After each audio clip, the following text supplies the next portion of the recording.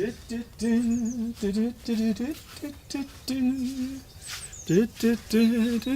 look at those lovely little chicks. Now, they are supposed to be baby chickens, but unfortunately, I couldn't find any stock footage of baby chickens. So, unfortunately, those are actually baby ducks. I'm sure some of you have already spotted that I'm using baby ducks instead of baby chickens. Anyway, it doesn't really matter because we are here again. Yes, it is another Sunday. It's a rather unusual Sunday because today I am outside and we are live. Yes, we are live in the garden. It is a beautiful day and everything is looking rather nice. We are here once again. Hello to you and welcome. This is English Addict on Easter Sunday, coming to you live from the birthplace of the English language, which just happens to be England.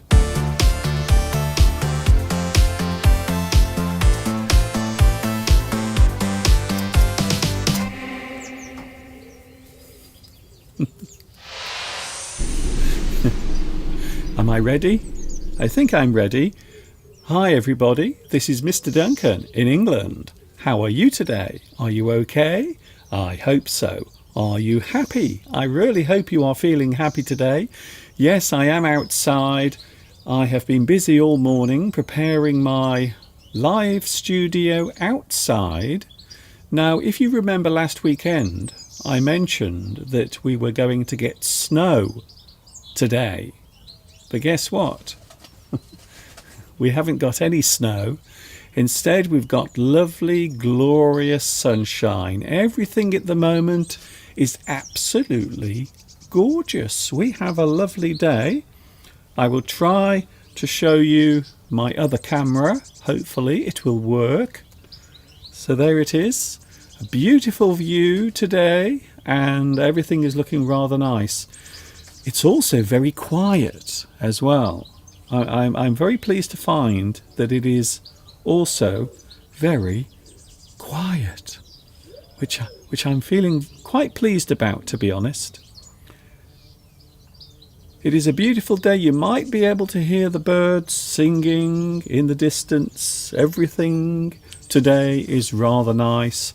Yes, we do have Mr. Steve coming up later on. Also, Steve will be here. Do not worry, Steve will be here on the live chat as well.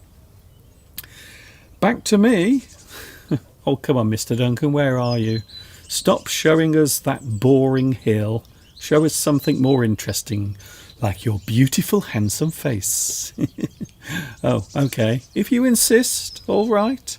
Hello to the live chat. Nice to see you all here today. I suppose the first thing I should ask is, can you hear me all right? I hope you can hear me clearly. If you can't hear me clearly, then I suppose we might have a problem. I don't know, really. I hope you can hear me clearly. If not, we are in serious trouble. Yes, apparently. Thank you very much. Apparently you can hear me. Good. I know last week I did a live stream. And unfortunately there was a problem with the sound and my voice sadly sounded very distorted. It was too loud. So I hope today you can hear me clearly. I will do a little check. Just a moment. I'm going to do something. This will seem very odd, but I'm just going to do a little check with my sound just to make sure it is all right. Last week I did a live stream and unfortunately there was a problem with the sound. It would appear that you can hear me all right today. Good. Hello to the live chat. I suppose I should say hello to you in a moment. I will be, don't worry. I haven't forgotten you. Just because I'm outside having a lovely time with the birds doesn't mean that I'm going to forget you. It's not going to happen, so don't worry about that. Yes, we've made it all the way to another week and also the end of another weekend, although here in the UK we are having an extra long weekend because it is Easter and it is Sunday.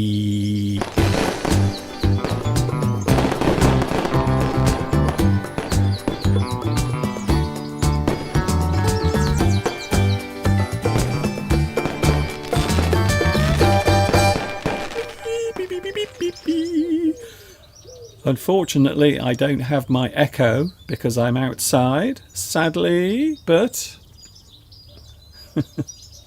we are here together on a Sunday. It is Easter. Now, today is Easter Sunday. I know that for some people it isn't Easter, and I also know for some people it is. So for those who are celebrating Easter today, can I say Happy Easter to you? And of course, there are people who don't celebrate Easter at all. Can I say hello and welcome to you as well? Also to those who might be celebrating Easter a little bit later on in the year, because there is a difference between some of the calendars. Hello to everyone. Hello to the live chat. I'm going to say hello to you as well. I hope you are feeling good on this Sunday. Hello, Vitas. It would appear that Vitas is first on today's live chat. Congratulations to you, Vitas. You are first here today.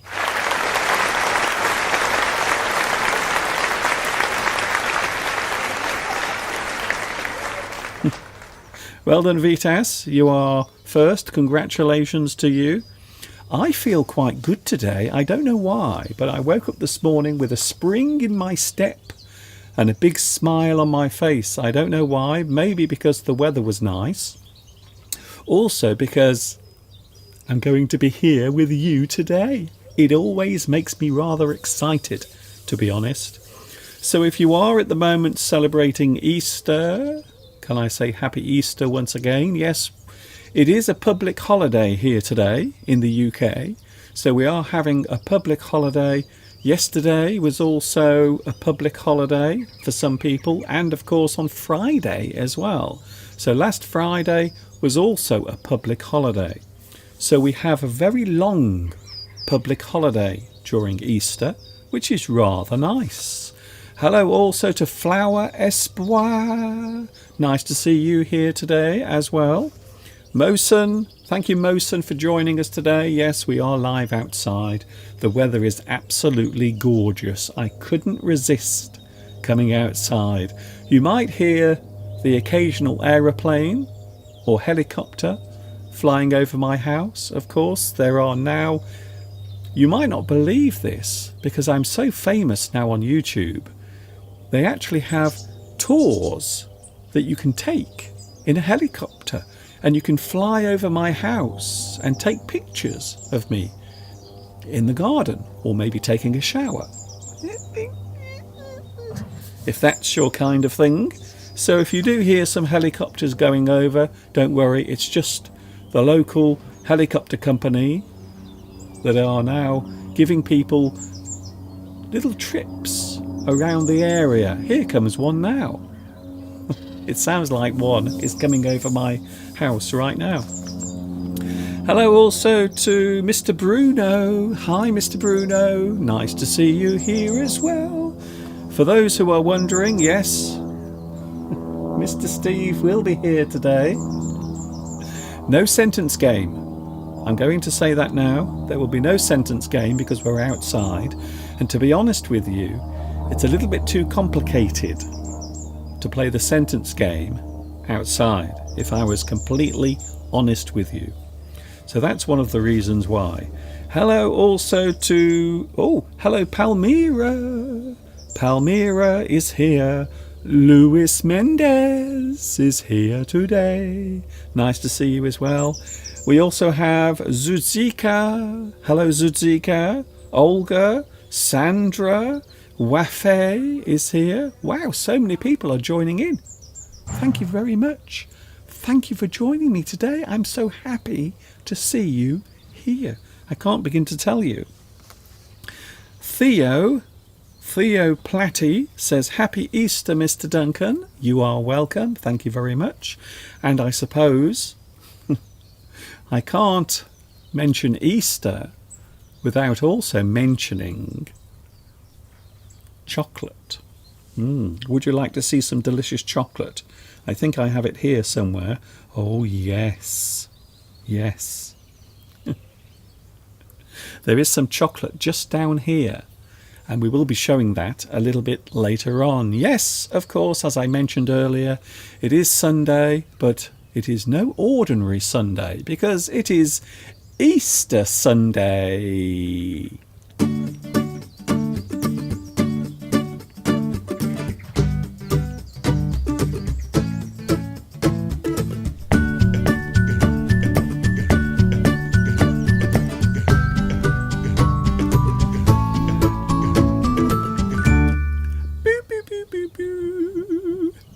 I hope you are having a good day wherever you are in the world right now. It's nice to see you here. Mr. Steve is here today. I don't know what he's doing, but I know one thing. He's been in the garden. I don't know what he's been doing. I have a feeling, I'm not sure, but I think Steve has been chopping logs again. Now, I find that rather strange because during the week, Steve actually chopped all of the logs. So he has no more logs to chop. So I'm not quite sure what Steve was chopping this morning. So we will find out that, because I'm rather curious to find out as well, to be honest. Can I just remind you about something that happened last weekend? If you are a little confused about why I'm here, why I am here now, just a moment. I want to just remind you that the clocks have changed. The clocks have actually gone forward by 1 hour from GMT to BST. So from Greenwich Mean Time to British Summer Time. So for those who are wondering why there is a slight time difference, maybe you are watching me and perhaps you are wondering why the time is not the same. Well, here it is still the same time. It is 2 in the afternoon. But now, of course, the clocks have changed. And in certain parts of the world, people will also be changing their clocks as well. They will be moving their clocks forward by 1 hour. So that happened last Sunday. Did you see last Sunday's live stream? I don't know what was happening last week. I was in a very strange place in my mind because the clocks had changed. However, today I'm feeling super duper. I hope you are as well. I hope you are feeling wonderful today. We have some words connected to party coming up today. The reason why I'm doing that is because yesterday I noticed a lot of people were having parties around here, and also a lot of people have been getting together again as we begin to return to normal life. I can't remember what normal life is like, to be honest, but apparently, yes, we are all slowly returning to normal life here in England, and that is what is happening. So this weekend, a lot of people have been getting together. Families and friends have been getting together for small group parties, celebrations for Easter. Perhaps someone celebrated a birthday a few months ago, and maybe the family didn't have a chance to get together. Yeah, so maybe that's the reason why. Hello also Christina, Ricardo, Beatrice, Mika. Hello Mika, nice to see you here as well. One of the good things about the clocks going forward is that it allows us to meet at a more reasonable time. It allows us to meet at a more reasonable moment of time. So nice to see you here, Mika. I was very distracted then because Mr. Steve was hovering in front of me. He was moving around.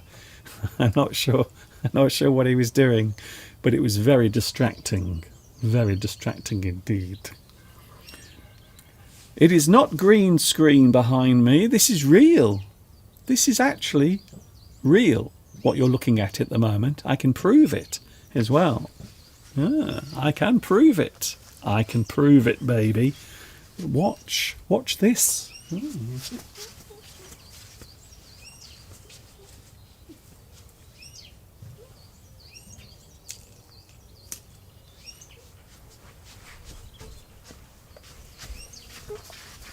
You see? So this is real. And there is a little daffodil from my garden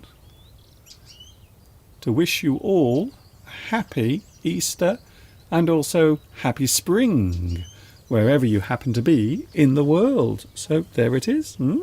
So this is not a green screen behind me. This is real. This is actually what is going on at the moment here in England as we talk to you live. Steve is here. Steve is coming up in a few moments. I hope you are excited for that. Hello also to Christina. Hello Belarusia. Hello Belarusia. Nice to see you here as well. A lot of people joining now. Your daffodils look spectacular. I always love the sight of daffodils every spring. I don't know what it is, but when spring arrives, something happens inside. I become more positive, excited. I become more alive. We will find out in a few moments if Mr. Steve feels more alive now spring has arrived. Hello to... Oh, Olga says, I love daffodils. Me too, I love them. I love all flowers, to be honest. Oh, I know what I want to mention. If you look at this camera view very closely, I will show you now. Can you see it? I hope so. You might be able to see some purple flowers in the distance. Those purple flowers are actually magnolia. So you might be able to see some purple flowers at the bottom of the screen. Can you see them waving around? Those are actually magnolia flowers. And the magnolia has now come out. Of course, you can have white magnolia, cream magnolia, and also you can have those lovely pink magnolia plants as well, looking rather nice at the moment in the garden. Mr. Steve will be here in a few moments. Don't worry, he will be here shortly for those who can't get enough of Mr. Steve. Steve has been very busy this week, even though he is supposed to be on holiday, because he's taken extended leave. So he's actually got over 10 days free from work. Ooh, fancy pants. Fancy pants, Mr. Steve. Ooh, very nice.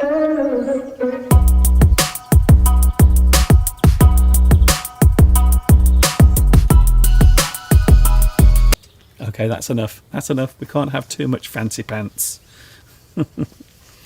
We can also see the magnolia now in Japan. Yes, well, ours have only just come out. I don't know why, but I've noticed living here high up, I've noticed that many of the plants and many of the flowers and many of the blossoms always come out a little bit later than everywhere else. So down there, where everyone is living low down, their blossoms and their flowers always come out much earlier. But here, up here, right up here, high up on the hill, they always come out much later. It's very strange. I think it has something to do with the temperature That's what I think. We are looking at words connected to party and also eggs as well, because it is Easter and I couldn't resist talking about eggs and chocolate. And I'm sure Mr. Steve has something up his sleeve as well. If you have something up your sleeve, it means you have something hidden away. Perhaps a surprise, perhaps something you weren't expecting. A person reveals something as a surprise. You weren't expecting it to happen because that person had something up their sleeve. Very nice. Christina, nice to see you here as well. During the spring season, we can admire all the colours of nature and also feel the scent. We can sense the aroma of all the flowers, of all the blossom. I love this time of year so much. I can't begin to tell you how much I love springtime. I really do. We are going to have a little break and then we will be back with Mr. Steve. However, we are going to have a look at one of my full English lessons, by the way. There will be a full English lesson on Wednesday. It will be the last one for a while. So the final full English lesson will be on next Wednesday, as usual.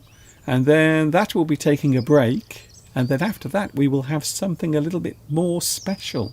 Maybe something live on Wednesdays. We will see what happens. Steve is on his way, and here is an excerpt from one of my full English lessons. This is taken from one of my more recent full English lessons. And then we will be back, joining us live. He will be here, yes. Our very own April Fool, Mr. Steve, in a few moments from now. Don't go away.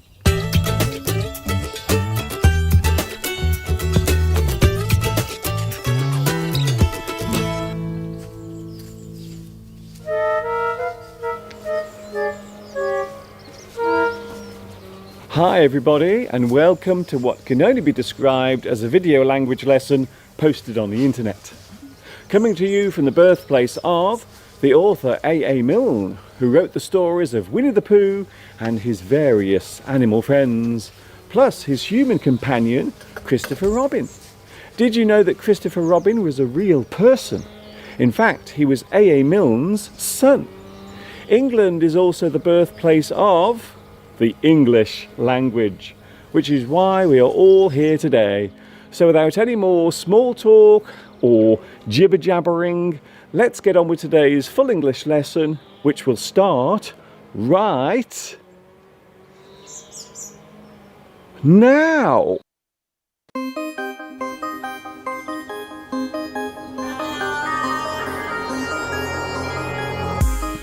Your memory can play tricks on you. You might be at work doing something mundane when all of a sudden a memory pops into your head. It might be a random moment from your past. Something that has left an impression on you might simply pop up in your head. You might have a flashback. A moment in the present can send you back in time. A certain sound or smell from your childhood that occurs in the present can transport you back to your younger years. Sometimes the memories consist of unhappy events and moments we would rather forget. Looking back on your life experiences is normal. You reminisce, you reflect, you consider what occurred by remembering the events that went before.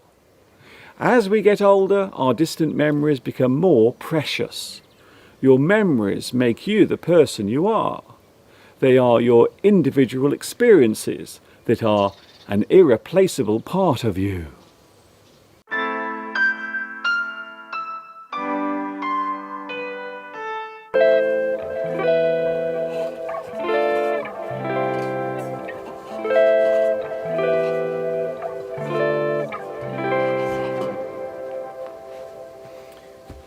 Here are two words that look similar but have different meanings. The words are frill and thrill. Firstly, the word frill with an F means an attractive addition or decoration. You make something look more appealing by adding frills. You might see a frill on a woman's dress or skirt. You might add frills to a pair of curtains so as to make them stand out more. So something that makes an item seem more appealing is a frill. In business, you might see frills being added to a particular type of service. This hotel is worth staying at, just for the frills. The extravagant services added to something can be described as frills. Of course, the opposite can also be true. If a business wants to cut costs or make something more affordable, then they might take away the frills.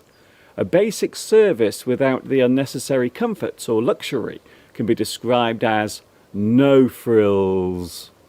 The air ticket to France is very cheap, but it comes with no frills. You are getting the basic flight with nothing added as a bonus.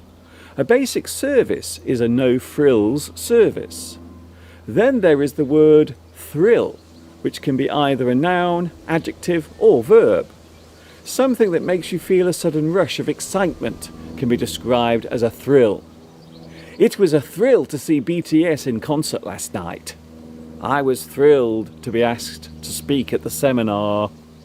The sudden rush of excitement is a thrill. You feel the thrill. Your breathing becomes deeper. Your heart might suddenly start racing. You are feeling the thrill. The thing that gives you the thrill is thrilling, such as a thrilling fairground ride, a thrilling movie, or a thrilling expedition. The thrilling thing is the thrill.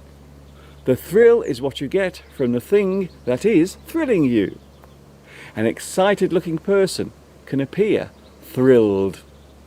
The smile on his face told me that he was thrilled to be there. So as a noun, thrill names the feeling. As a verb, you can cause a person to feel thrilled. And as an adjective, a person can appear thrilled. So, there you have it. Frill and thrill. Two similar-looking words with very different meanings.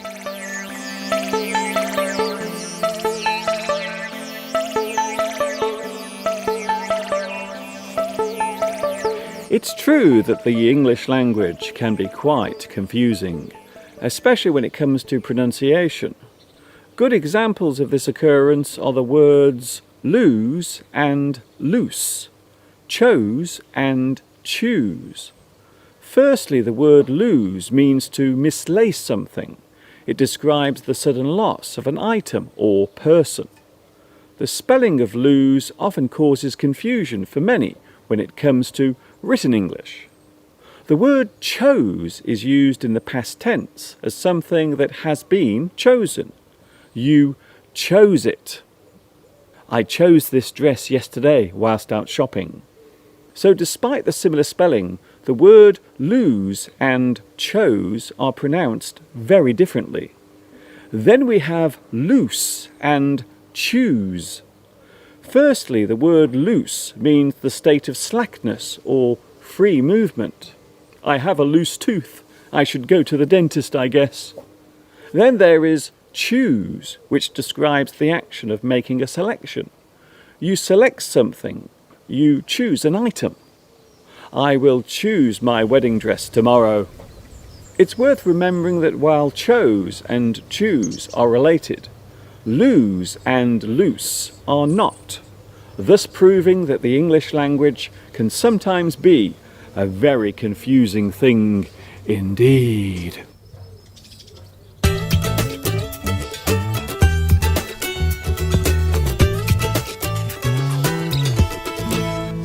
I hope you enjoyed that. That was one of my full English lessons, and yes, you can find them all on my YouTube channel. They are all there for you to view. Welcome everyone. If you've just tuned in, if you just clicked on me, yes, this is English Addict on a Sunday afternoon. It is Easter Sunday.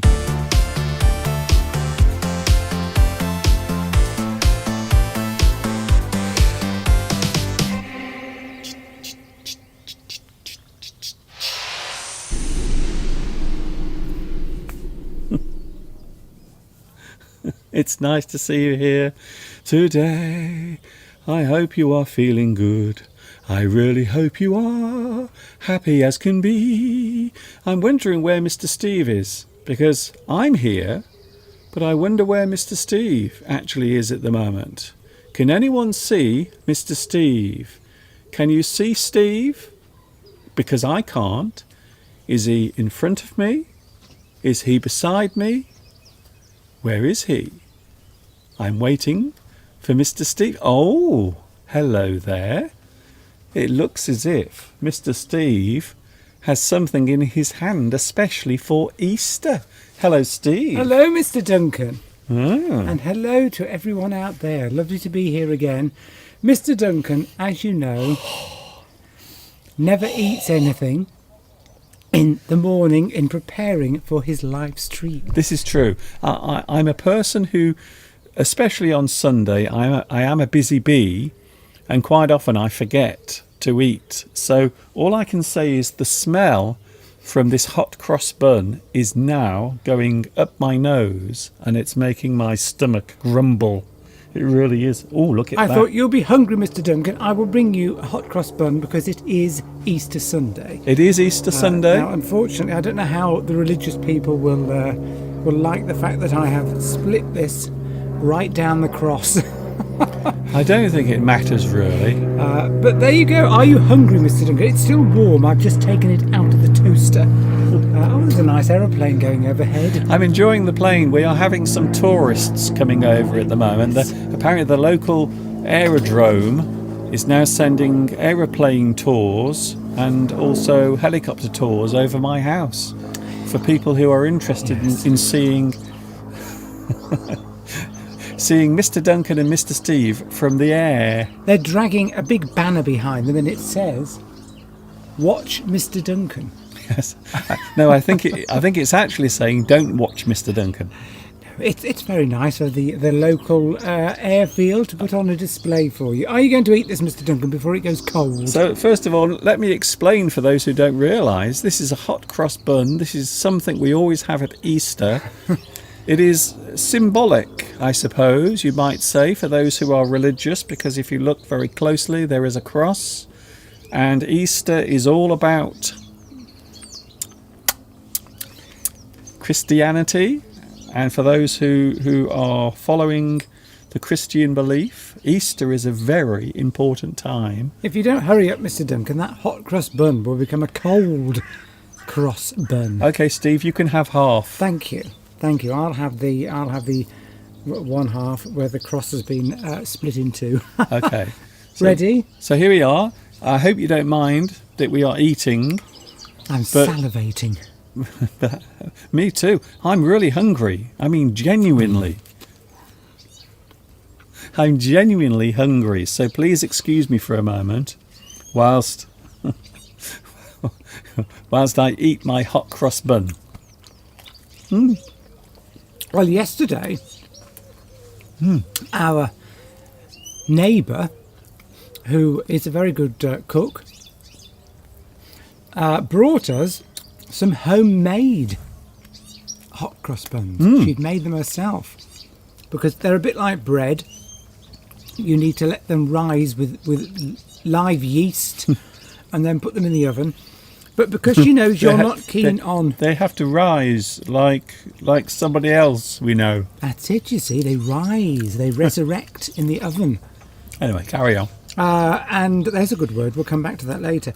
You're not keen on currants or raisins because there are currants and raisins in hot cross buns. So she made some for you, especially just with chocolate in. Oh my goodness. If you've never tried chocolate hot cross buns, all I can say is you are missing something amazing. Well, we were very pleased that our neighbour thought of us and brought us some homemade hot cross buns. Now, which are better, these or our neighbours, do you think? I think they're both as good, but I do like the chocolate ones. So this one doesn't have chocolate inside. This one has currants. So there you can see. And raisins, and you don't like them, but you do like chocolate. But these are okay. It's okay. Oh my goodness.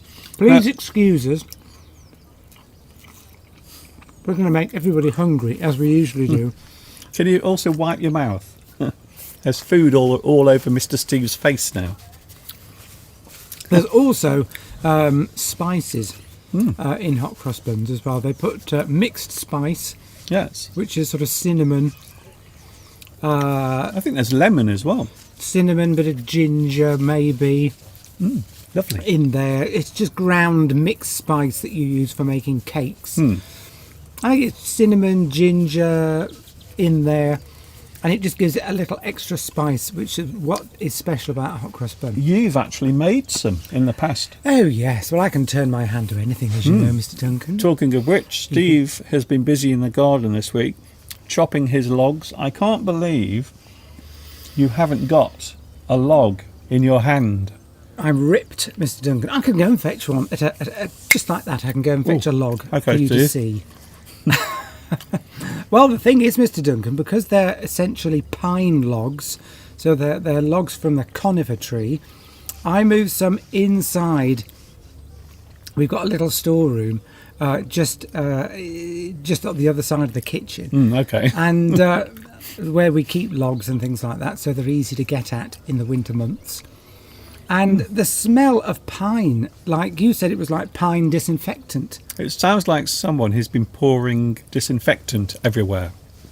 They're very strong, so apparently they go up like napalm. Yeah, you keep saying that, but we had some the other night and they didn't. I don't think that's a good choice of word either, by the way. Probably not. Well, yes, right. Oh, yes, Inati said, stop hovering around, Mr. Duncan. So what happened? Did I disturb you earlier? Well, you appeared in front of me and I wasn't expecting to see you. You kind of made me jump a little bit. But if someone is hovering, it doesn't mean that they are floating in the air. It means that they are just moving around. They are not doing anything in particular. They're just moving around. They are floating around. To move from one place to another might be described as floating around. A person is floating. They're not staying in one particular place. If you hover around someone, it means you're sort of there all the time, almost in an annoying way. Like a fly. Stop hovering around me. Yeah, imagine a fly hovering and flying around someone. Just they're there for no particular reason. They just happen to be near you all the time, and you can say, why are you hovering around me like that? Stop hovering around. It's usually used in a negative way, isn't it, to describe people? By the way, inside the hot cross bun is butter. So we've just put a little bit of butter inside, but they are lovely. You heat them up. I might be able to show you one close up. Wait there, I think I have something here. Yes, Nisa, the weather is nice and pleasant today. It looks warmer than it is. I would say it's actually on the cold side, because we often get this in spring, and we've got an easterly wind, which means it's cold. Probably, I would say it's no more than about 12 or 14 degrees, and I actually feel a bit cold. So within the next hour and a half, look, my fingers are turning blue. We can't see at the moment, Steve. We're showing the hot cross bun. Oh, right, okay. Okay, I just literally said that. Is that the one I just brought in? That was very good of you, Mr. Duncan. Okay, then. It looks very similar. That's a hot cross bun. Close up. So you can make them. I'm sure you can find the recipe as well online. I would not be surprised if the recipe is available somewhere for your own delicious hot cross buns. I think so. My nose is running. I've been sneezing a lot. Sneezing. Achoo. haven't I, Mr. Duncan? Okay. Because there's lots of pollen in the air, particularly from the conifer trees, and I think it makes me have a little allergic reaction. Yes. I never used to suffer from pollen allergy. No. But as I'm getting older, then I seem to be for some reason. Why am I sort of leaning in? Didn't you say last night that you are deteriorating? Oh, yes. Steve has been so worried recently about his health. I don't know why, but we all do. I mean, I do it sometimes. Last year, I had a little scare with my health. You don't know about that, by the way. I've not mentioned it, but yes, we all have them from time to time. But Steve said something really funny last night. He said, I feel as if I'm deteriorating. And I said... Deteriorating. And I said, if you are deteriorating, if you are, then I have no chance. Because Steve might be... You are one of the fittest and healthiest people I've ever met. Really? Oh, that's very nice to know. Thank you, Mr. Duncan. Thank you. Full of energy, life. And annoying. Right, somebody said here that in Saturino, remind us where you are, Saturino. Right, do you remember? I can't remember. The Easter treat is the pastiera. Pastiera. That does sound Italian. Or Spanish. Or maybe a little French. Pasty, because I always think of, when you think of pasties, I always think of sort of either like maybe in the French language or Italian. Pastiera, yes, it sounds Italian. I'm going with Italian.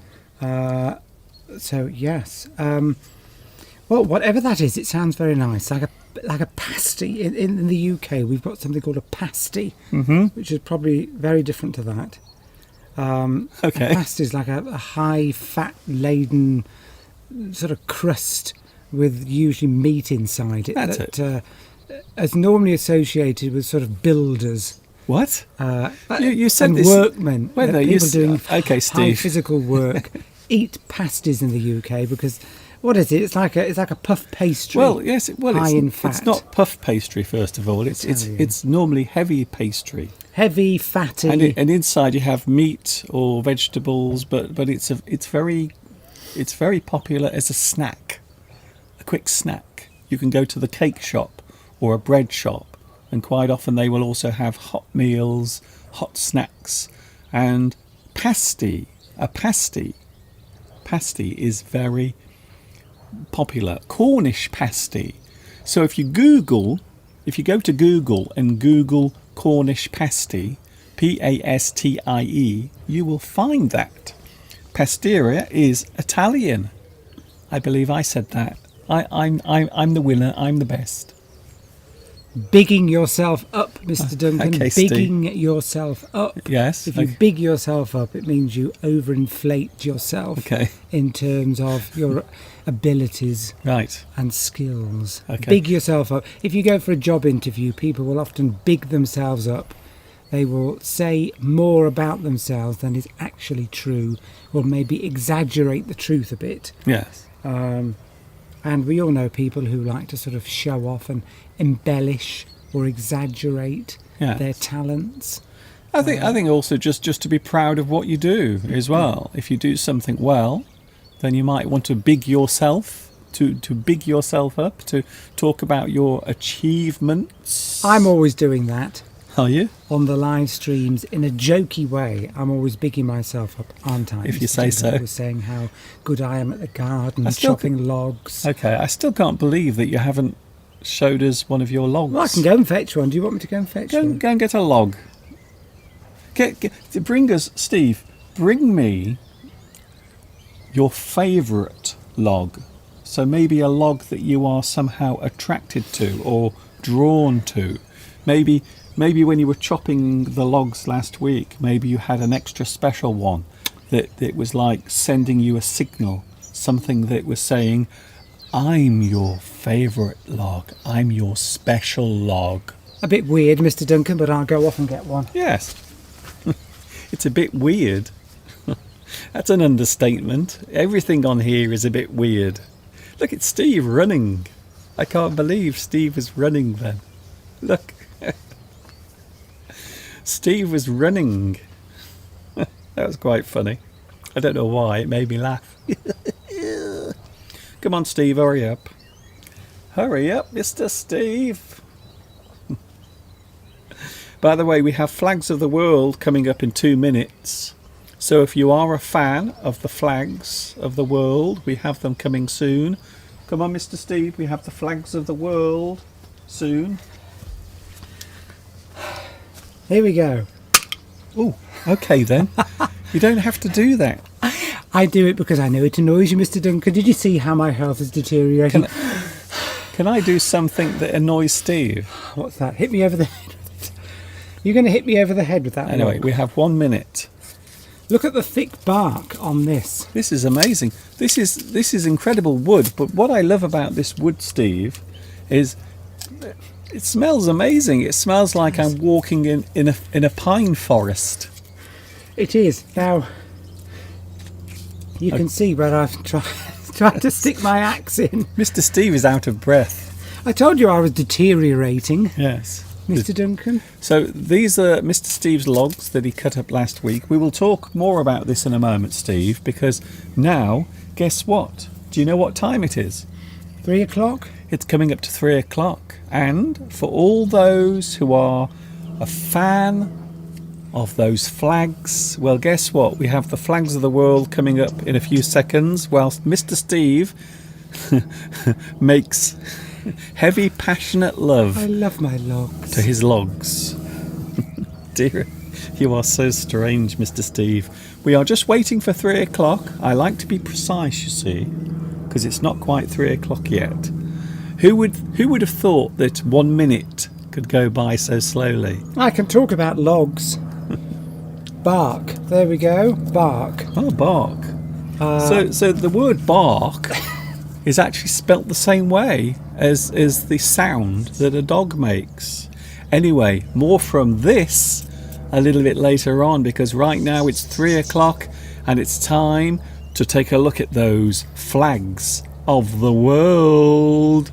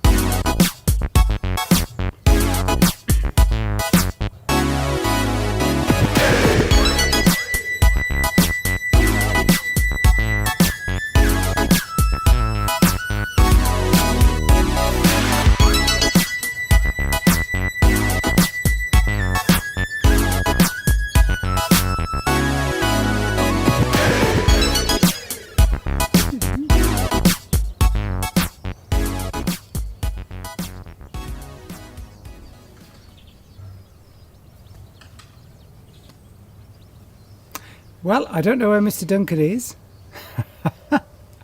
Whether he realises that Flags of the World have in fact finished. Can I hear him scampering out of his studio, through the patio window and running down the path to come back to being live? Well, I don't know. I can't hear him.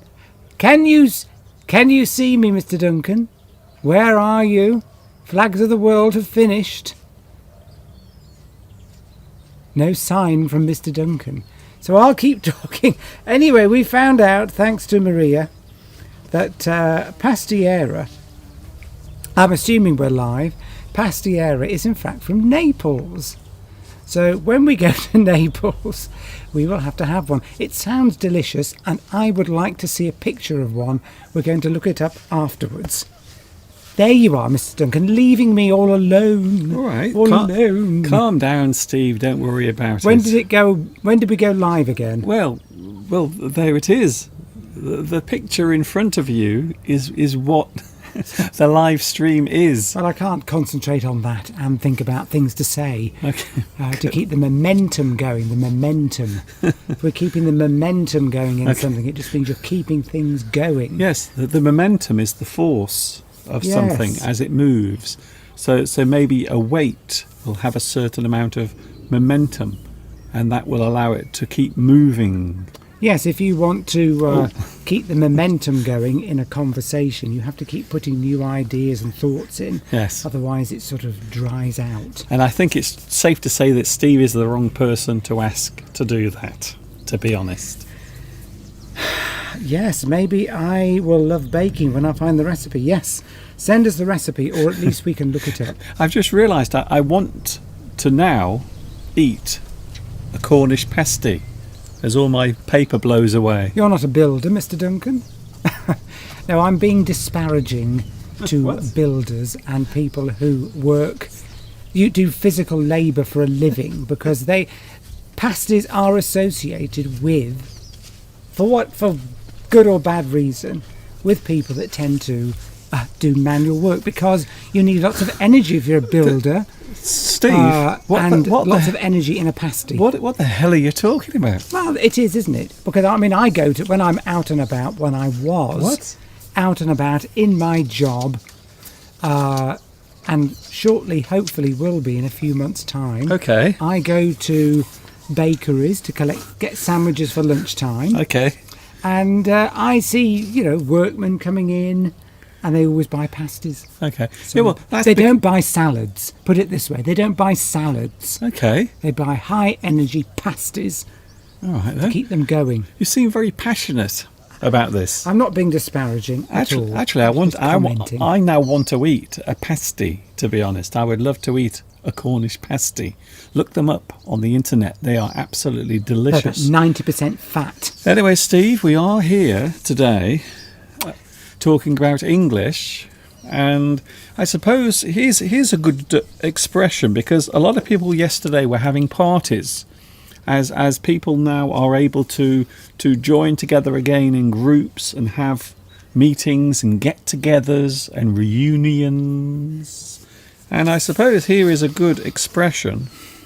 Have you ever seen this before, Steve? Bring something to the party. If you bring something to the party, this is a very interesting phrase. Now, you might think that this just refers to bringing some food or maybe some drink to a party that you've been invited to. However, we can also use this as an expression, as an idiom, to say bring something useful, maybe to a conversation, very similar to what you just mentioned, Steve, in fact. So you bring something to the party can also be used as an idiom to mean bring something useful, bring something new. Maybe in a conversation, maybe if you are performing, you might bring something to the party. You might put more energy and enthusiasm into your performance. Yes, you're not physically bringing food. It just could be a group of people, and you might arrive and somebody might say to you, "Oh, hello, Derek. What are you bringing to the party?" Derek? Or what are you bringing to the party? In other words, what have you got to say that will be of interest to people and will start a conversation? I've never met anyone called Derek. I have. It's strange, isn't it? I have. Several people. It's an old-fashioned, I would say older All right. type of name. All right, then. What is the point, though? Well, the point is I'm just using that in a sentence, the word bring something to the party. Okay, so you might ask Derek to bring something, Or Bill. or Samantha, because we Yes. can't just have men's names, we have to have ladies' names as well. So maybe Samantha or Julie or Patricia or, I don't know, Glenda. Can you hear the surskin? There's a surskin. A what? A surskin, it's a type of bird. Singing, look. Can you hear it? Hark. There was a black bird when you went inside during Flags of the World. Yes. You know what birds are like and animals. Once you've been standing around for a while, they don't see you as a threat. No. And they start to move closer and closer. Yeah? And we've got a siskin. You called it a surskin. Yes.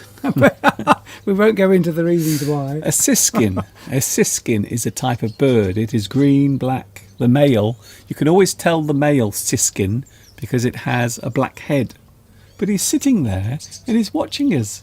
It looks a bit like a smaller, duller greenfinch. Yes, it's very small though. They are very easily recognisable for their size and also their very unusual call, which always sounds like they have asthma. It sounds like they are wheezing. Yes. It's a very strange sound. He's right. He or she. Did you say that's a she, Mr. Duncan, with the black hair? The male has a black head. Male. The male, that The is. males are always more colourful because they have to attract the female. I don't think black is a colour, is it? That's not very colourful. Well, it's just, Anyway, yes, back to logs. Apparently, Derek was a German detective. I didn't know that. Is that like fictional? So is that a real detective from real life, or is it fictional from a book? Well, Siskins, what are you bringing to the party? Yes. All the Siskins are bringing is a little bit of fascination and amazement. And a nice call. So they're bringing their nice melodic sound, although it does sound like they've got asthma. Yes. And their beautiful feathers. Yes. So if somebody ever says to you, "What are you bringing to the party?" Okay. and it doesn't mean food, then you can say, "Oh, I'm bringing my beauty, my good looks, my Okay. personality." Yes. And I want to talk about logs. Isn't that what Byron? Wasn't it Byron who was asked if he had anything to declare, and he said, "Only my genius." And I think that's brilliant. Was it Byron? It doesn't. I'm thinking now it wasn't. It sounds like it should be. Are we doing the sentence game today? No. Interesting. Well, the clue is we're in the garden. Well, I don't know what you've prepared. You're a technological wizard, Okay. Mr. Duncan. You could have prepared that. So But I how only are we going to fill the next hour? Well, I'm talking about different words connected to party. I thought I'd already explained that, you see. Do you know? We also have something very nice to show you as well. Oh, something tasty. So we had hot cross buns earlier, but in a few moments we have something else to show you. I hope you are having a good Easter. In fact, I hope you are having an excellent Easter. You see? Can you see what I did there? Excellent. Is that a joke? That is a joke. That is what we call a pun. P-U-N. Pun. Something is excellent. I hope you are having an excellent day today. Intelligent has said, some of us from the live chat quite often bring something thrilling to the party. I think so. So that's a very good use of the phrase. The party being Mr. Duncan's live stream, metaphorically speaking, Yes. a party, and people make interesting and intelligent comments in the live stream. So they are bringing something to the party. That's it. So the party doesn't have to be an actual party. In this case, it's the live stream. Yes. So this is a kind of party over the internet, I suppose. Anything with a group of people gathered together could be called a party. What happens though if Mr. Steve comes to your party? There is an opposite, you see, an opposite. You might have a party pooper. Ooh. Oh, a person who is a party pooper. Would you describe yourself as a party pooper? Oh no, I'm the life and soul of the party, Mr. Duncan. Okay then. So when we talk about a party pooper, what is a party pooper? A person who comes to the party but they make everything really miserable and unhappy, and they take away all of the joy and all of the fun atmosphere. This just sounds like you, by the way. So it doesn't mean that they come to the party and poop. No, they don't actually have a poop. Although they might have a poop. Although that could be the derivation of the phrase. The derivation, eh? So they're bringing poop to the party. Yes. Well, if somebody is a pooper, it just means you are deflating the atmosphere or you are taking away the joy.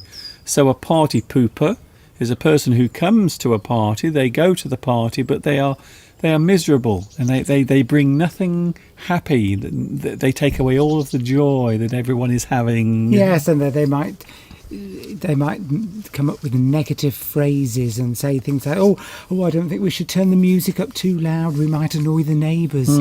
Don't drink too much because you'll get a headache in the morning. What time is it? I've got to go home. I've got to go, things like that, things that will bring people's mood down. So would that the opposite to a party pooper?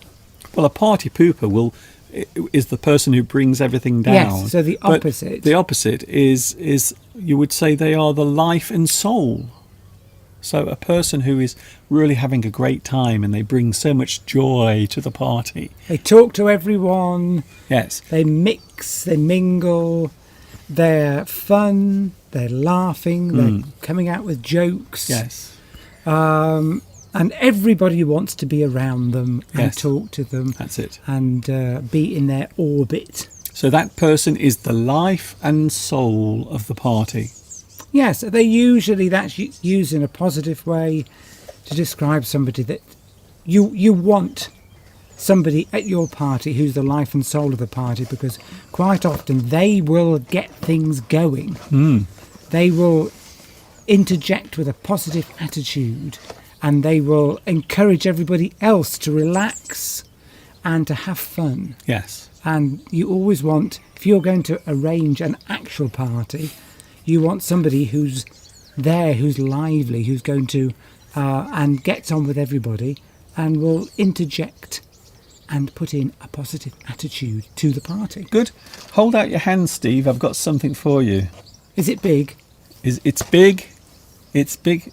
Well, a bit higher. Oh, I see. Well, I didn't know what you were trying to do. Well, there isn't a camera down there. Well, I didn't know what you were doing. I'm going to put something into Steve's hand. So this is the next thing I want to show you. Something that we can eat. Look at that. Oh, we have Easter eggs. Steve has one and so do I. So Steve has an Easter egg. I have an Easter egg with some little rabbits inside. So these are the chocolate eggs that we have bought. We bought them yesterday, and that's what we are eating later on. I want that one, Mr. Duncan. Can we swap? Oh, okay then. Because this is my favourite brand. Yes. Mind you, that's the same. It's the same brand. What are you talking about? Lindt. They're the same brand. They are. That is true. That is true. But this is special. Okay, so that's the chocolate rabbit, and this is the chocolate egg. But this particular type of chocolate is very nice. That's it. Golden bunny. Why do you know, Mr. Duncan? Putting you on the spot. I know what you're going to say. You're going to say what? All right. If you put someone on the spot, it means that you suddenly ask them a question which they have to answer, and if they don't get it correctly, they'll look a bit silly. I'm going to ask you, Mr. Duncan, why do we associate Easter with a bunny? It's all to do with fertility. Ooh. Really? I didn't know that, Mr. Duncan. I can't believe it. So quite often we think of springtime, we think of animals, we think of the animals getting together and having a little bit of hanky-panky, and then lots and lots of little animals will be bouncing around and having fun. So we always think of spring as a time when everything is coming back to life. So rabbits are well known for their breeding habits. You see? I didn't know what. Right. Oh, interesting. We've got some interesting comments. People are bringing things to the party. Yes, bring something to the party, please. Mavie uses the word joy killer. We would probably say killjoy. Yes, a killjoy. Is like a party pooper. Yes. Somebody that everyone's having fun and they come along and they make it miserable. Yes. So maybe you have a neighbour who keeps complaining about your music, or maybe if you are in the garden presenting a live stream to the world, maybe they get irritated and they start complaining. So you might describe that person as a killjoy, because they always like to take away everyone's happiness and joy and all of their feeling of wanting to live. Well, I'm looking forward to eating this later, Mr. Duncan. I like dark chocolate eggs, says Beatrice. They are delicious but not easy to find. You're right, they're not easy to find. You can find dark chocolate. I'm still holding the egg, Mr. Duncan. Yes. I would much prefer to be eating the egg. But you are correct. You can buy dark chocolates. They're relatively common. But a dark Easter egg, that is difficult to find. I agree with you there. It is true. By the way, I've just noticed I'm dressed like a lifeguard. I don't know why. I've just realised I was looking at my image then on the screen and I thought, why am I dressed like a lifeguard at a swimming pool? It's very strange. But I like the fact that my hat and my shirt, they match. You're coordinated, Mr. Duncan. Very coordinated. You've got your top button done up. That's a bit unusual. Yes, I look like I should be at a swimming pool as a lifeguard.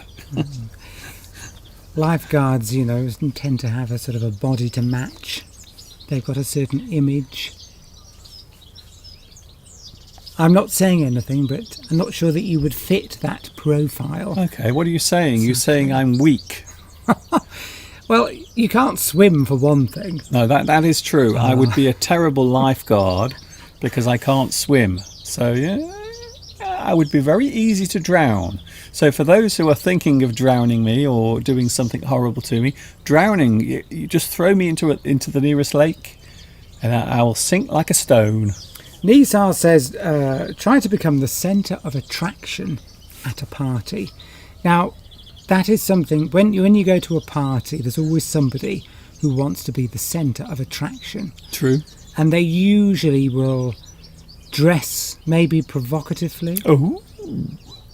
Maybe, in a way that shows off all their physical attributes. Yeah. Maybe a short skirt and some silk stockings and maybe some high heel shoes. But enough about Mr. Steve's party dress. I mean, I've seen that many a time at a party, and I think it's easier. Would I be right in saying it is easier, probably for a woman, to be, become the centre of attraction in a party just by wearing something, or not wearing something, a low-cut dress, a short skirt. I think a man can. I think a man or a woman has the ability to draw attention in some way, maybe positive or negative. I don't know, but anyway, I don't want to go down that road, to be honest. We will stay away from that. I have some egg phrases. Oh, by the way, if you crash a party, it means you go there uninvited. So you were not invited to the party, but you still went there You are a gate crasher or a party crasher. Interesting that it was T. We don't know who that person is. We've no idea who they are. T is the person that is using the phrase crash a party, because no doubt they would like to crash a party. Sounds like the sort of thing that T would do. I think so, definitely. I think so. So anyway, here is an interesting phrase for our theme of parties and also eggs, because it's Easter, you see. We just had a look at our Easter eggs, and there you can see a phrase: you shell out for something or shell out on something. So of course we are using the word shell, the hard outer surface of an egg is called a shell. So if you shell out for something, it means you spend money on something, quite often a large amount of money. Yes. I think you would normally use that to describe spending a lot of money on something. Yes. Are you going to shell out for that new car? Yes. So you might shell out if you are buying something expensive. Maybe it is your wife's birthday and you want to buy something nice for her, so she will love you forever and ever. You might have to shell out on or for a nice diamond necklace. You usually use the phrase shell out when you're having to spend some money on something that you don't particularly want to, I would say. Yes. You don't normally use it in a positive way. Oh, I'm going to shell out on that new dress. We also have... well, I wouldn't do that. We also have splash out.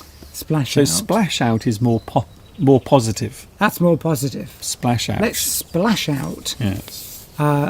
Or splash your money around. Something buying everyone a drink, for example. Yes. Something also might cost you an arm and a leg. Here we go. Here's a great expression. You must break some eggs to make an omelette.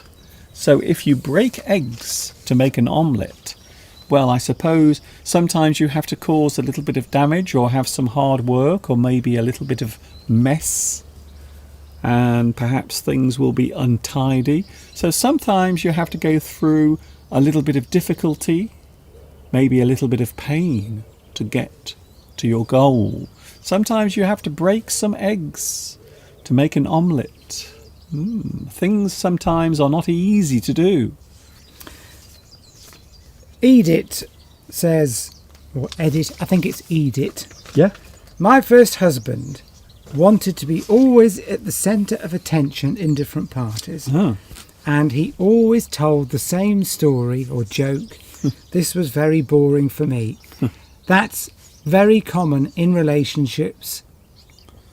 When one person in the relationship is maybe more outgoing than the other one, and they've heard the same stories, the same jokes over and over again, and the other partner becomes quite bored by it. So yes, I can relate to that very much, Edith. What I like, Edith, is that the reason why your husband is no longer your husband, your first husband? Oh yes, I didn't see that. Is that the reason why? Because he was a bit boring. Did you want a man who was a little bit more exciting? Ooh, I know the feeling. Maybe if he had had other stories to tell, Yes. then you'd still be with him. Yes, somebody says, here's a good one from Giovanni. Don't put all your eggs in one basket. That's it. Don't rely on everything turning out, or don't expect everything to succeed. So don't count your chickens before they have hatched, or don't put all of your eggs into one basket. So you have to be very careful when you are planning things. Sometimes you will make plans and you believe that everything will be fine and everything will be successful. But of course, whenever you try to do something, whenever you have plans, they can often go wrong. So it is wise not to put all of your eggs in one basket. Do not put everything in one place because they might all get damaged. I suppose money is a good example. Yes, that expression really is concerned with spreading your risk in something. So you might spread your risk if you're investing on the stock market, for example. You might not want to put it all in one company. You might want to put it in lots of companies or mixed funds, for example. Spread your risk. Don't put all your eggs in one basket. Yes. And you might, for example, if you're applying for jobs, you might apply for lots of jobs, not just one, and then hope for that one job comes off and then you get the job. No, apply for lots of jobs and then you're spreading your risk. Don't put all your eggs in one basket. A bit like investing money or something like that. Yes. Good. What was that? Did you just put? You had that one already, did you, Mr. Yes. Duncan? Don't count your chickens before they hatched. Don't assume that everything will go to plan. Come out of your shell. There's an interesting one.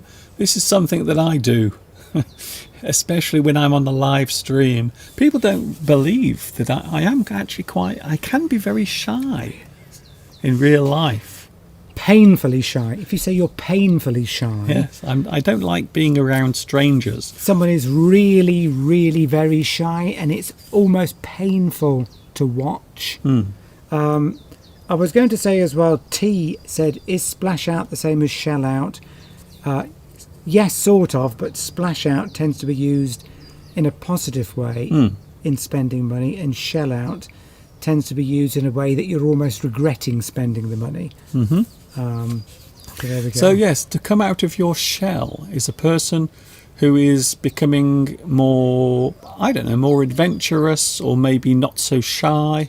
So maybe they are shy and they don't want to say anything, or maybe they don't want to start any conversations with someone or anyone in the room. But eventually they will come out of their shell, a bit like a little bird hatching.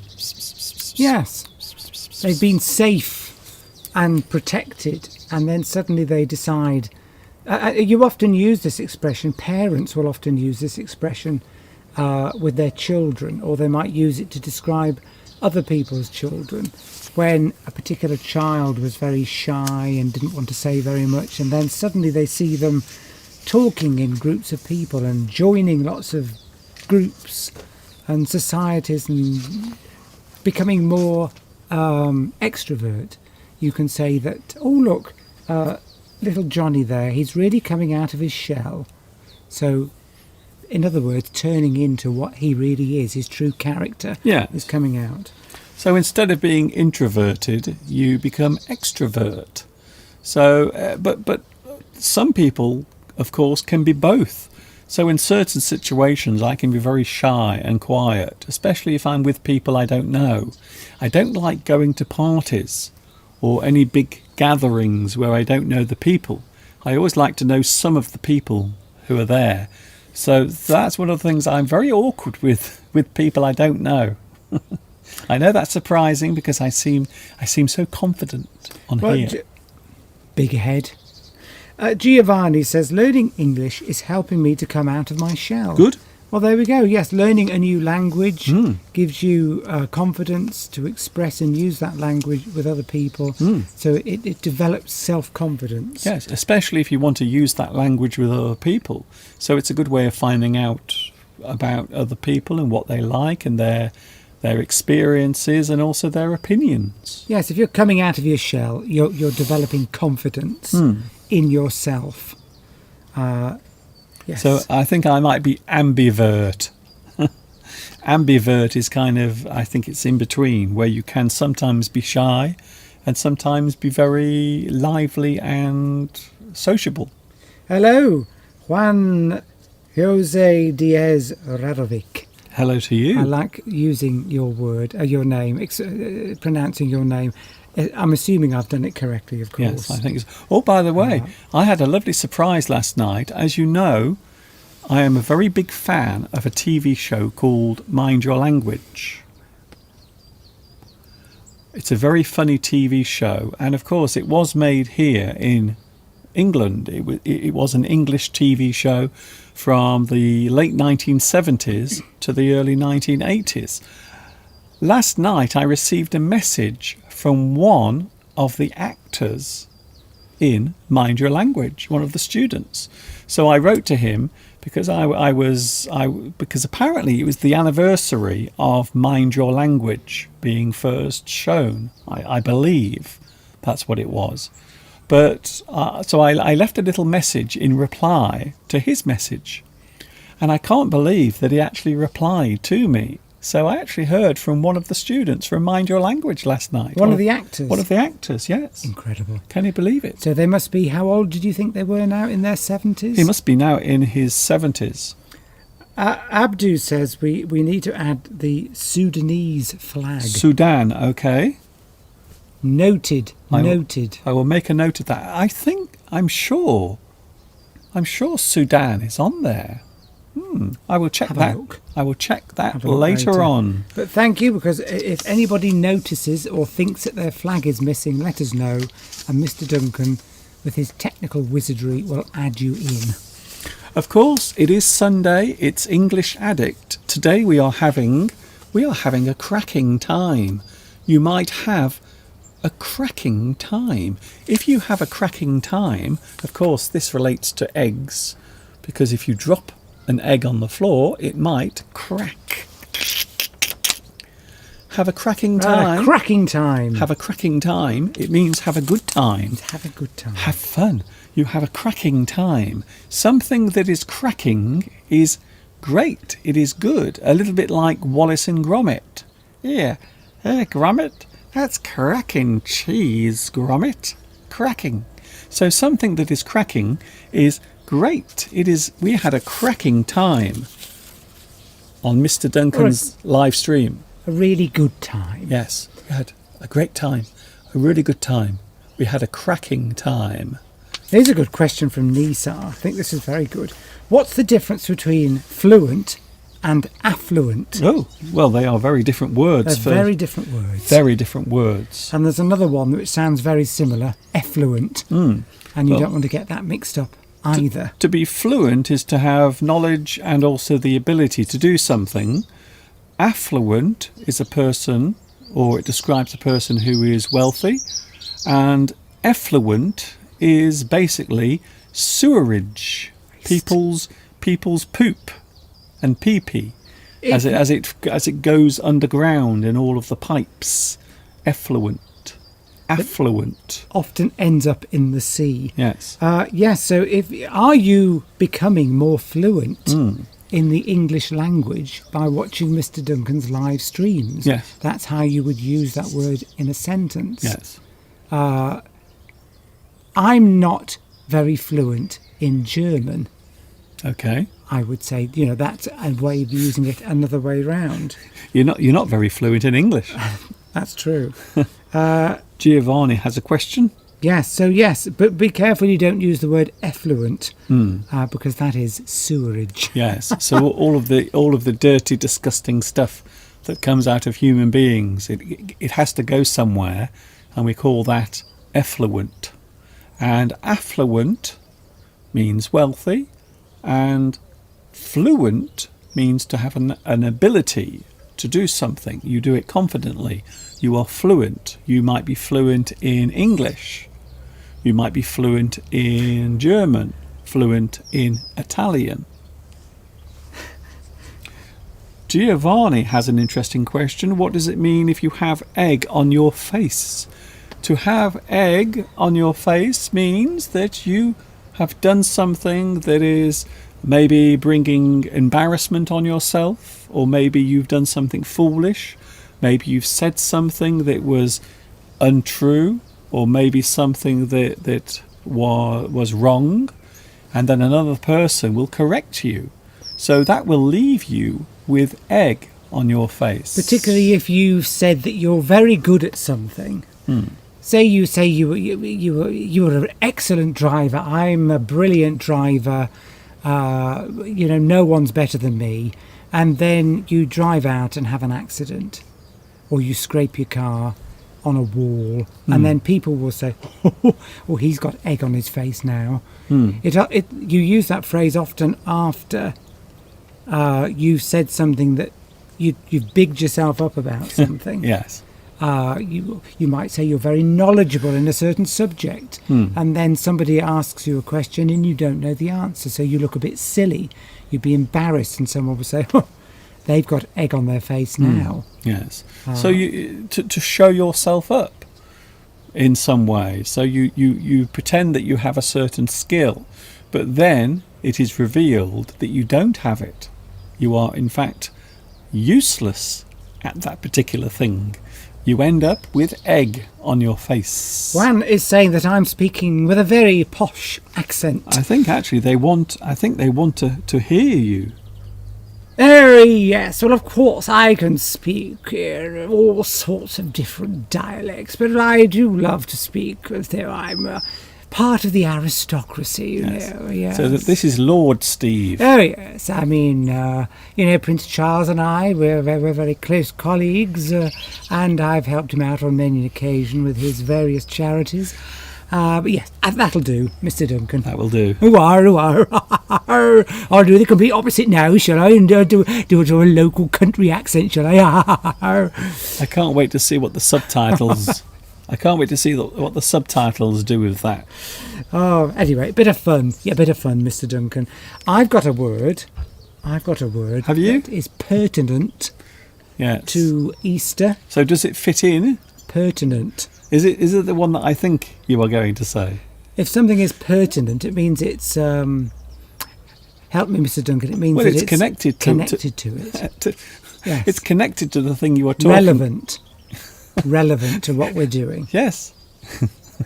I just wish you would let me say things when I'm starting to explain something. Explain something. Yes. So it's pertinent. Pertinent. Relevant.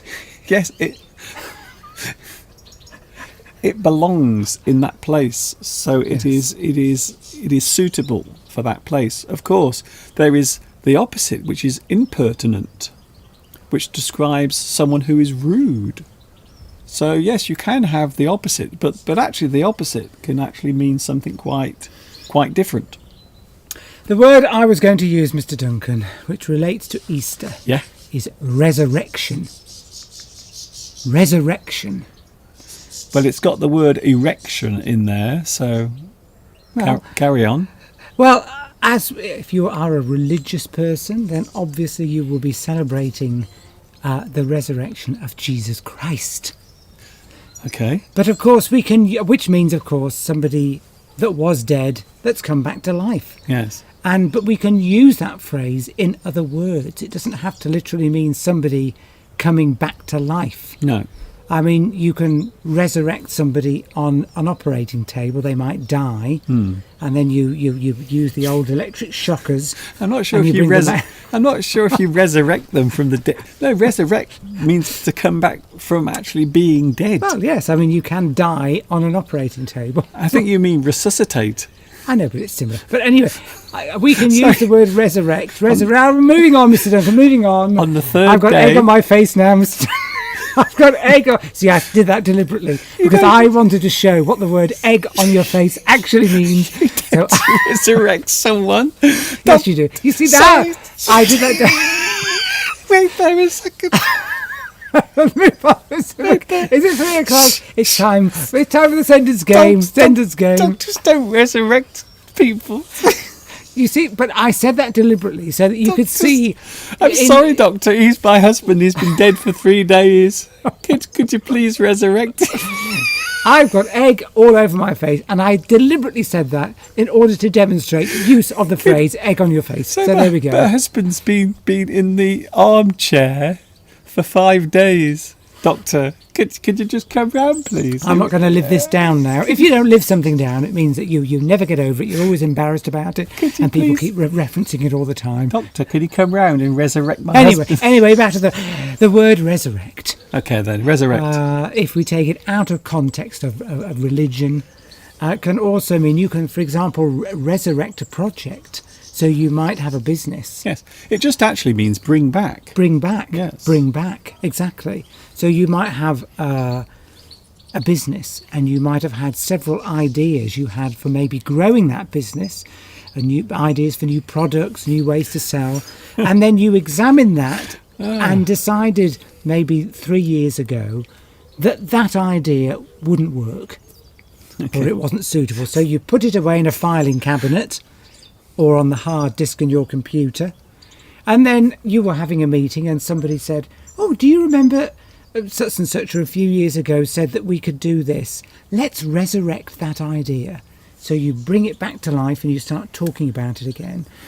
So it doesn't have to literally mean raising people from the dead, Yes. which of course isn't possible, Yes.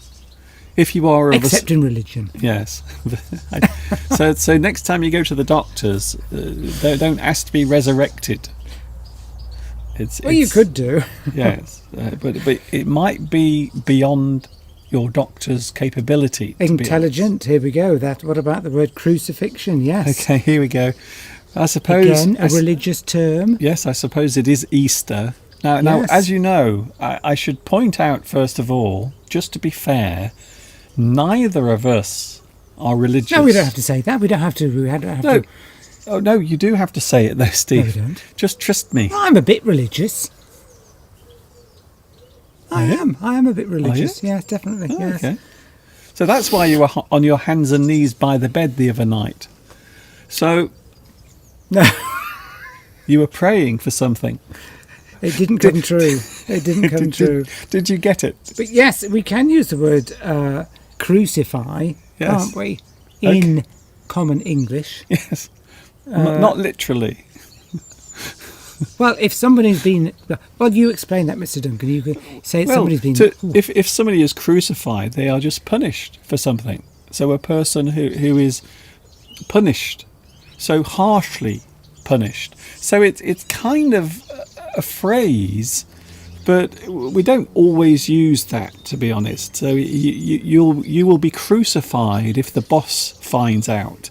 That doesn't mean that in the staff room that you will be literally crucified. It just means you will be facing harsh punishment.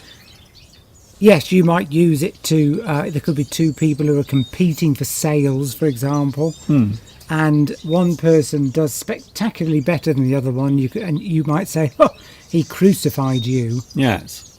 in terms of sales. I suppose that, yes, to be defeated heavily. Defeated heavily Yes. as well. So to suffer a heavy defeat as Yes. well. Yes, that's good. So one football team might crucify the other football team, not literally. Again, I have to keep, that they're not breaking up the goalposts and turning them into crucifixes or anything like that.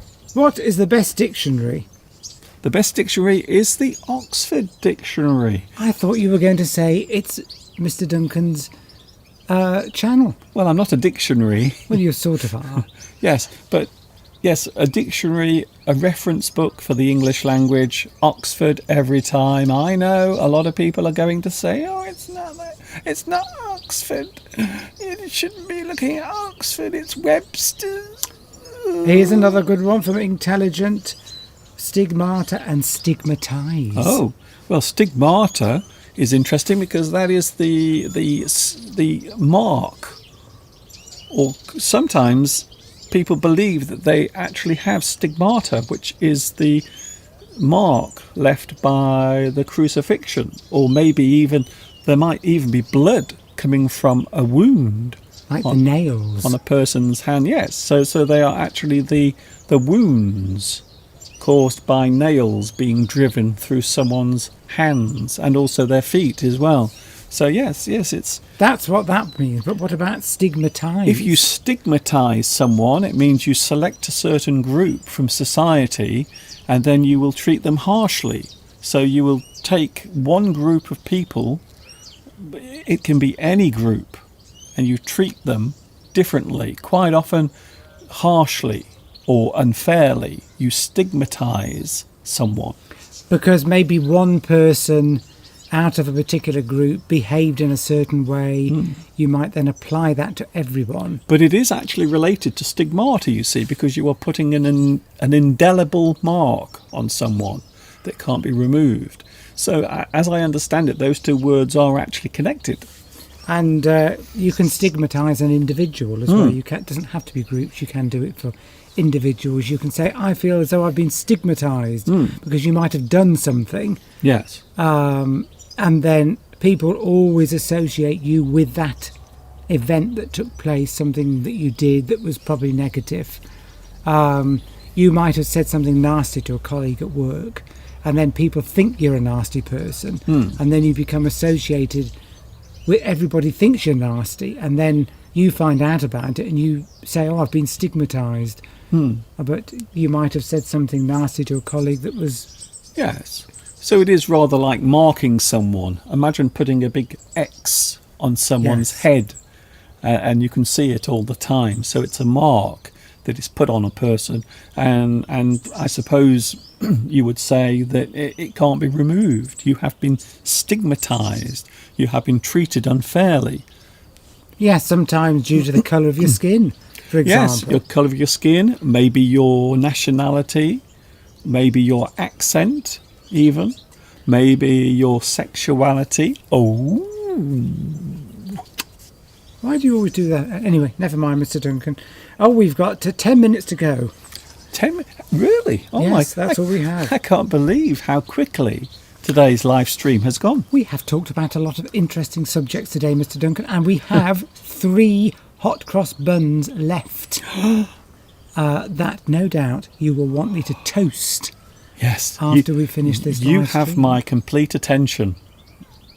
I thought I would be too cold today, but in fact, I'm just about right. It's pleasant. I can't believe, because last week the weather forecast was saying that today was going to be cold with snow. And I suppose we have the opposite. So here is a view looking out of my studio window, because I can do this, you see. So there it is, looking out now towards the Wrekin. You'll be able to see the sun is shining, everything is looking rather nice at the moment. And yes, it's a rather nice day. You can see now that many of the leaves are coming on the trees, and also at the bottom of the screen you can see the little magnolia plant, the beautiful pink magnolia, which is now It's coming out. It's looking rather nice. So everything is very spring-like.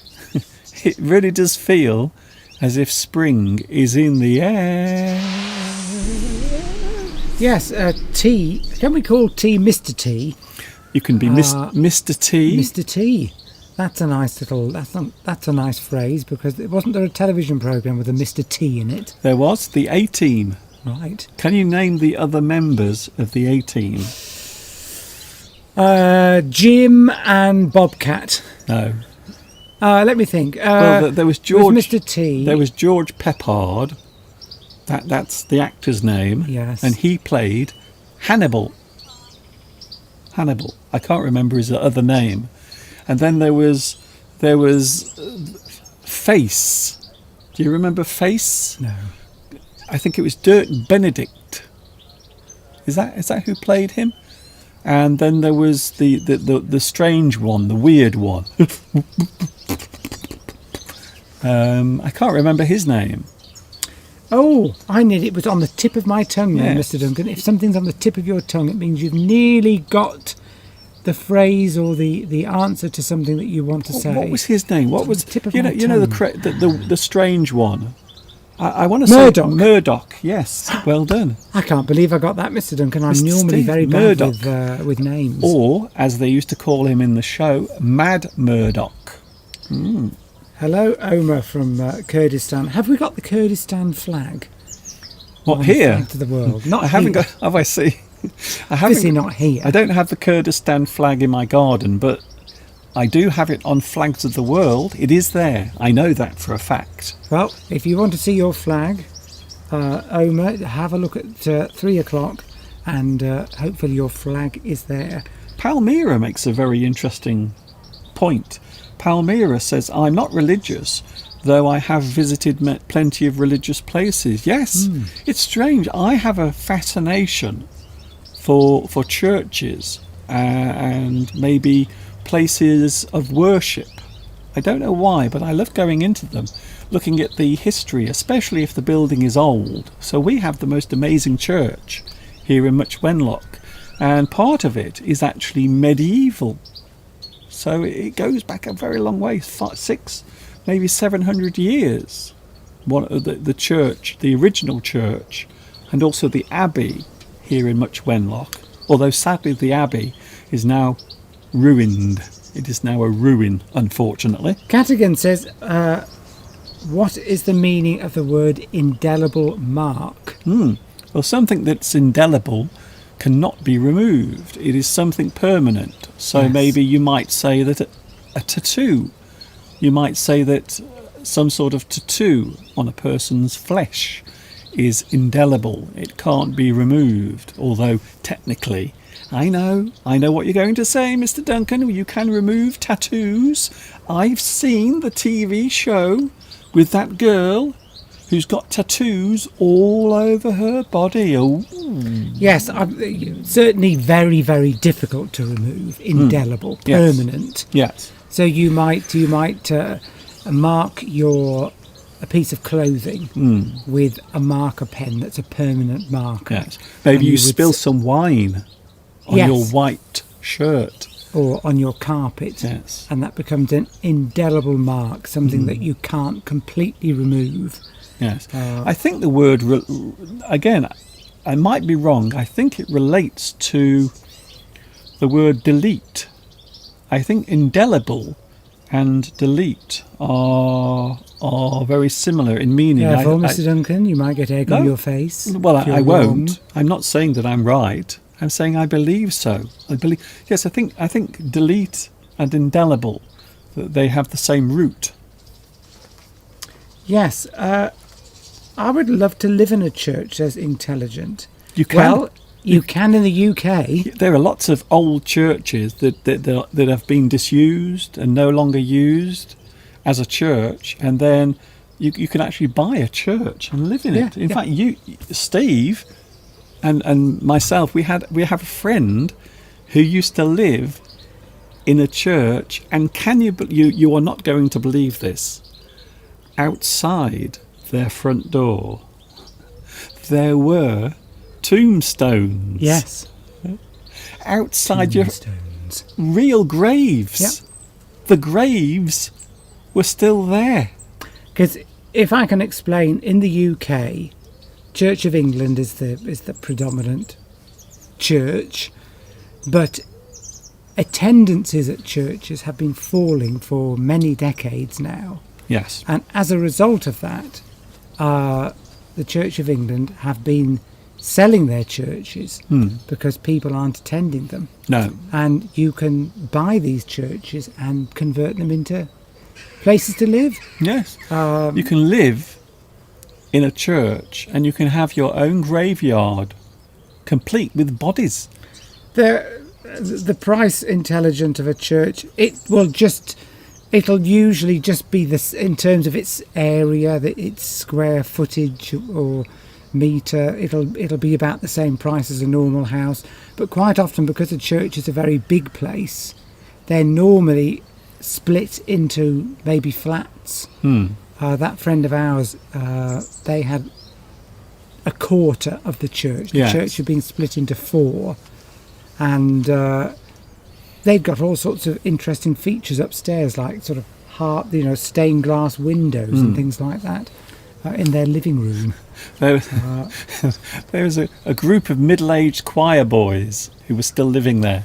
But they did have graves, yes, gravestones outside their front door and in their garden. Imagine that at night. You have to go outside to put the milk bottles or the cat outside. You have to put the cat out. You open your door and there are these strange, ghostly tombstones staring at you. Christina has come up with a very good word there. Deconsecrated churches. Yes. Well, it's the opposite. Deconsecrated churches. If you consecrate, it means that thing can be used. It is officially recognised as a place where religious ceremonies can take place. And of course, you can do the opposite. You can deconsecrate. So to deconsecrate is to take away those abilities. So the building is no longer used for religious practices. It is used for just living in and having cups of tea and hot cross buns, which is what we will be doing soon. Quite often they're good opportunities if you don't mind living in an old church.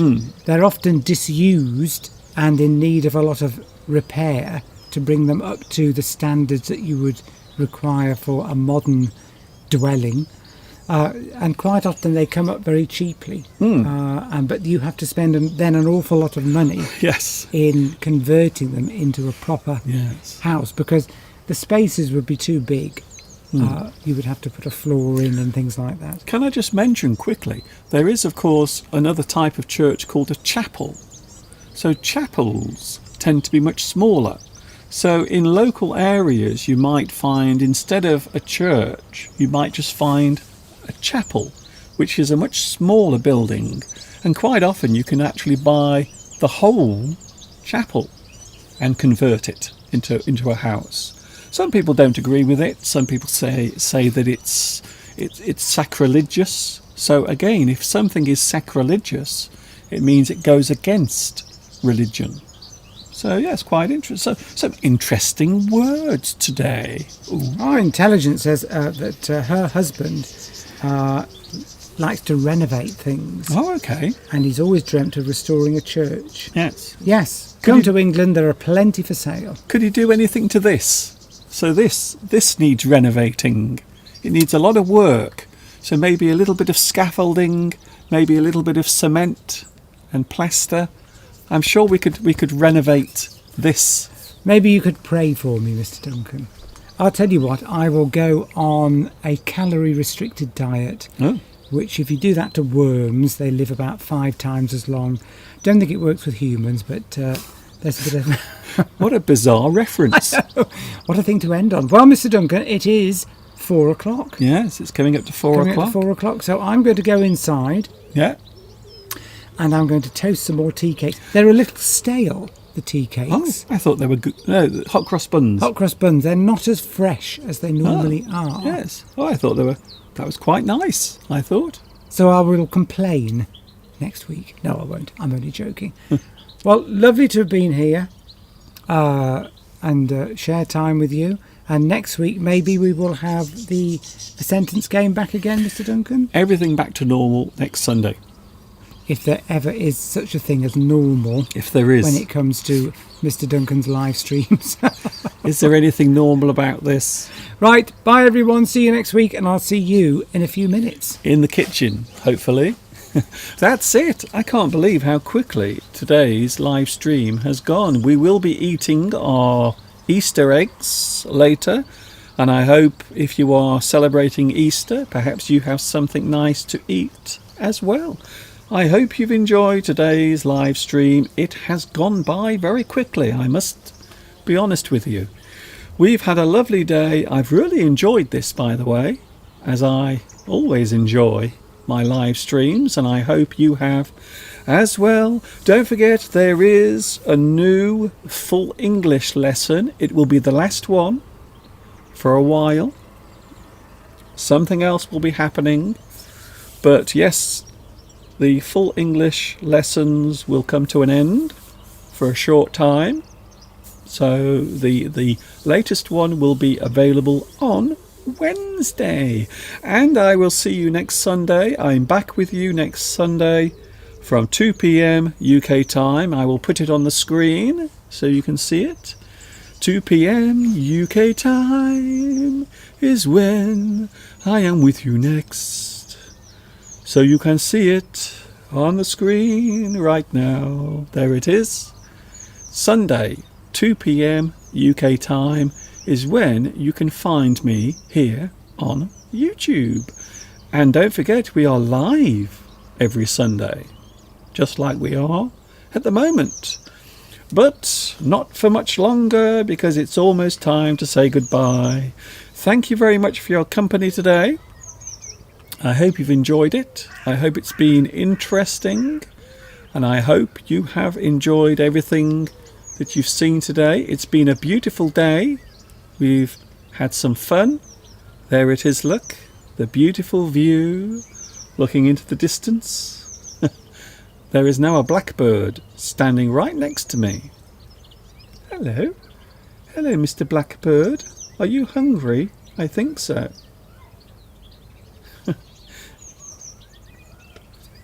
I will see you later. Thank you very much for your lovely company today. I hope you've enjoyed this live stream and everything contained within it.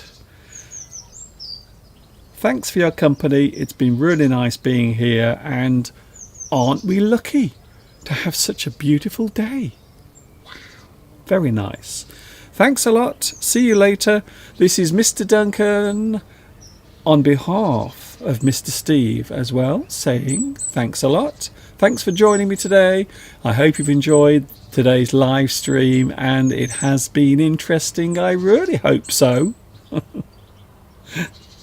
There will be captions later on if you want to watch this again with the subtitles.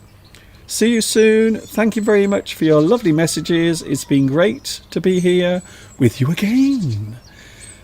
Enjoy the rest of your weekend, however long it may be. Have a great week, and I will see you next Sunday from 2 p.m. UK time. This is Mr. Duncan for the final time saying thanks for watching. See you soon. And of course, you know what's coming next. Yes, you do.